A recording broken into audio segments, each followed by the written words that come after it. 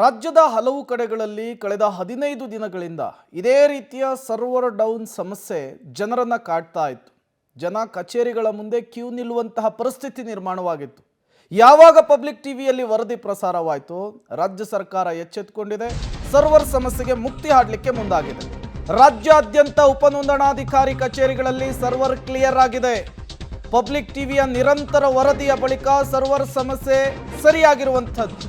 ಕಾವೇರಿ 2.0 ತಂತ್ರಾಂಶ ಸರಿಯಾದ ಹಿನ್ನೆಲೆಯಲ್ಲಿ ಜನ ಈಗ ಕಚೇರಿಯತ್ತ ಹೋಗ್ತಾ ಇದ್ದಾರೆ. ಕಚೇರಿಯ ಮುಂದೆ ಕ್ಯೂ ನಿಲ್ತಾ ಇದ್ದಾರೆ. ಈ ನೋಂದಣಿ ಸಮಯ ಇತ್ತಲ್ಲ, ಅದನ್ನು 1 ಗಂಟೆಗಳ ಕಾಲ ವಿಸ್ತರಿಸಿದ್ದಾರೆ ಅಧಿಕಾರಿಗಳು. ವಿವಿಧ ಜಿಲ್ಲೆಗಳಲ್ಲೂ ಕೂಡ ಈ ಸರ್ವರ್ ಸಮಸ್ಯೆಗೆ ಕ್ಲಿಯರ್ ಆಗಿದೆ ಎನ್ನುವಂತಹ ಮಾಹಿತಿ ಸಿಗ್ತಾ ಇದೆ.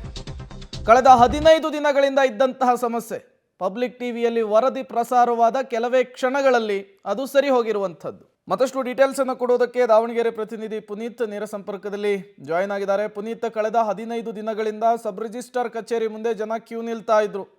ಇರೋಬರೋ ಕೆಲಸ ಬಿಟ್ಬಿಟ್ಟು ಕ್ಯೂ ನಿಲ್ಬೇಕಾದಂತಹ ಪರಿಸ್ಥಿತಿ ಇತ್ತು. ಯಾವಾಗ ಪಬ್ಲಿಕ್ ಟಿವಿಯಲ್ಲಿ ವರದಿ ಪ್ರಸಾರ ಆಯಿತು, ಸರ್ಕಾರ ಎಚ್ಚೆತ್ತುಕೊಂಡಿದೆ, ಕಣ್ಬಿಟ್ಟು ಈಗ ಅದಕ್ಕೆ ಮುಕ್ತಿ ಹಾಡುವಂತಹ ಕೆಲಸವನ್ನು ಮಾಡಿದೆ. ಪಬ್ಲಿಕ್ ಟಿವಿಯ ವರದಿಯ ಬಗ್ಗೆ ಈಗ ಜನ ಏನು ಹೇಳ್ತಾ ಇದ್ದಾರೆ, ಜೊತೆಗೆ ಕಚೇರಿಯಲ್ಲಿ ಈಗ ಕ್ಯೂ ನಿಲ್ಲುವಂತಹ ಜನರು ಏನಾದರೂ ಈ ಬಗ್ಗೆ ಮಾತನಾಡ್ತಿದ್ದಾರಾ, ಹೇಗೆ ಅಂತ ಹೇಳಿ?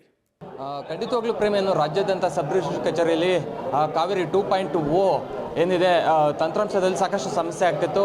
ಪಬ್ಲಿಕ್ ಟಿವಿ ನಿರಂತರವಾಗಿ ವರದಿ ಹಿನ್ನೆಲೆಯಲ್ಲಿ ಎಚ್ಚೆತ್ತಂತಹ ಸರ್ಕಾರ ಸರ್ವರ್ನ ನಿವಾರಣೆ ಮಾಡಿರುವಂಥದ್ದು, ಸಮಸ್ಯೆಯನ್ನು ನಿವಾರಣೆ ಮಾಡಿರುವಂಥದ್ದು ನಾವು ದಾವಣಗೆರೆಯ ಸಬ್ ರಿಜಿಸ್ಟ್ರಾರ್ ಕಚೇರಿಯಲ್ಲಿ ನೋಡೋದಾಗಿದೆ. ಏನು ಕಳೆದ 15 ದಿನಗಳಿಂದಲೂ ಕೂಡ ನಿರಂತರವಾಗಿ ಸರ್ವರ್ ಅಂದರೆ ಕಾವೇರಿ 2.0 ತಂತ್ರಾಂಶದಲ್ಲಿ ಸಮಸ್ಯೆ ಇತ್ತು. ಇದರಿಂದಾಗಿ ಯಾವುದೇ ರೀತಿಯಂಥ ರಿಜಿಸ್ಟರ್ ಆಗ್ತಾ ಇರಲಿಲ್ಲ. ಅದರಲ್ಲೂ ಜನವರಿ 4ರಿಂದಲೂ ಕೂಡ EC ಸಿಗ್ತಾ ಇರಲಿಲ್ಲ. ಅಂದರೆ ಯಾಕಂದರೆ ಸರ್ವರ್ ಬ್ಯುಸಿ ಇದೆ ಅನ್ನುವಂಥದ್ದು ಹೇಳಿಕೆಯನ್ನು ಕೊಟ್ಟು ಅವ್ರನ್ನ ಅಂದರೆ ಜನರನ್ನ ಹೊರ ಕಳಿಸುವಂಥ ಕೆಲಸ ಕೂಡ ಮಾಡ್ತಾಯಿದ್ರು.